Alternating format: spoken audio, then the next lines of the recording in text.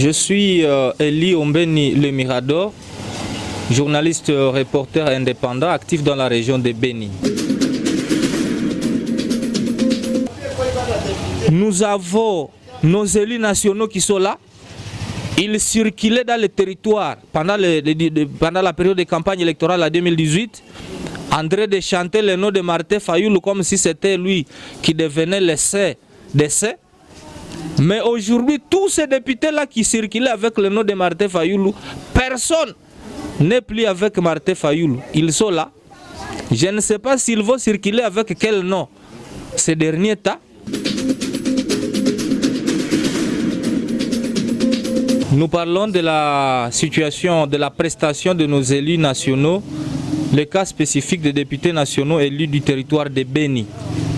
Vous savez, monsieur le confrère Paul Zaidi, le territoire de Beni, c'est une zone qui fait face à l'activisme des groupes armés, à une insécurité très grandissante.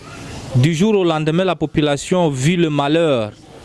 Nous avons des mouvements de déplacés partout. Avant d'entamer cette intervention, je voudrais d'abord présenter toutes mes compassions, toutes mes condoléances à toutes les familles éprouvées qui sont en train de perdre les leurs chaque jour à cause de l'activisme des rebelles ougandais de l'EDF et autres groupes armés actifs dans la région. Par rapport à ce qu'on attendait des députés nationaux élus du territoire de Beni, monsieur le journaliste, je crois que la population n'a qu'à se souvenir des discours de campagne. Lors des élections de 2018, il n'y avait qu'un seul discours, monsieur le journaliste, les députés, les candidats potentiels parlaient de la sécurité grandissante, c'était leur cheval de bataille. Oh, nous allons éliminer cette insécurité, nous allons améliorer le vécu quotidien de la population, nous allons changer les choses. Et voilà, aujourd'hui, les choses n'ont pas changé. La situation, au lieu de s'améliorer, elle s'est empirée. Voilà pourquoi, à notre simple analyse, nous avons constaté que les députés nationaux élus du territoire de Beni ont lamentablement failli.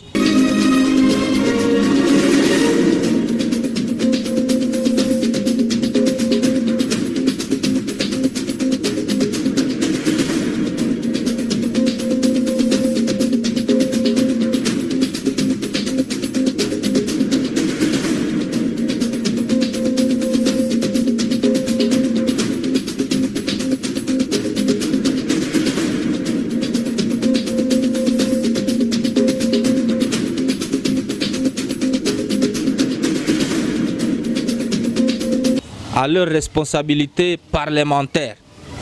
Vous savez, il ne faut pas oublier qu'il y a des actions parlementaires, le devoir des députés. Là, il n'est pas question d'être de l'opposition ou de la majorité présidentielle, il est question de faire selon les attentes de ses électeurs. Si vous avez été élu pour telle responsabilité parlementaire, il faut légiférer, il faut faire les contrôles parlementaire, exercer un contrôle, une pression sur le gouvernement. Et puis, il faut assurer que le bien-être de votre population, de vos électeurs est assuré. Je voudrais vous rappeler qu'il y avait un député, l'histoire retiendra qu'il y a un député national élu du territoire de Beni, dont je me réserve de citer le nom pour des raisons déontologiques, qui avait dit qu'il a quitté l'hémicycle à cause de l'insécurité grandissante dans le territoire de Beni et qu'il retournera à l'Assemblée nationale lorsqu'il verra la situation sécuritaire s'améliorer dans le territoire de Beni. Aujourd'hui, ce député-là est retourné à Kinshasa. Il est en train de prendre part aux séances plénières, en train de siéger à l'Assemblée nationale. Moi, je voudrais que ce député-là, parce que je sais qu'il est en train de m'écouter à ce moment, qu'il vienne présenter officiellement ses excuses à la population. Parce que la population, on ne doit pas narguer la population électrice, on doit respecter quand même les gens parce que les gens ne sont pas naïfs. Nous avons aussi un député national, dont je me réserve de citer le nom pour des raisons déontologiques, qui est membre de la commission environnement au sein de l'Assemblée nationale. C'est un fils qui est né et grandi dans le territoire de Beni, qui est d'ailleurs issu d'une famille des éco-gardes, mais aujourd'hui il y a une guerre interminable entre l'ICSN et la population. Il est lui-même membre de la commission environnement au sein de l'Assemblée nationale. Il n'arrive pas à trouver une solution à ce problème qui n'a que trop duré. Pour que ce problème, ce tiraillement entre la population et l'ICSN prenne fait, la solution est simple, c'est qu'il y ait une démarcation définitive et claire des limites du parc, parce que le conflit tourne autour du parc. Mais dans ses discours de campagne, il a toujours épinglé l'ICSN, et l'ICSN tracasse la population, mais lui-même étant membre de la commission. Ça parlait de ces gens, pour les citer nommément. Nous avons aussi le problème, monsieur le journaliste, de l'état de siège.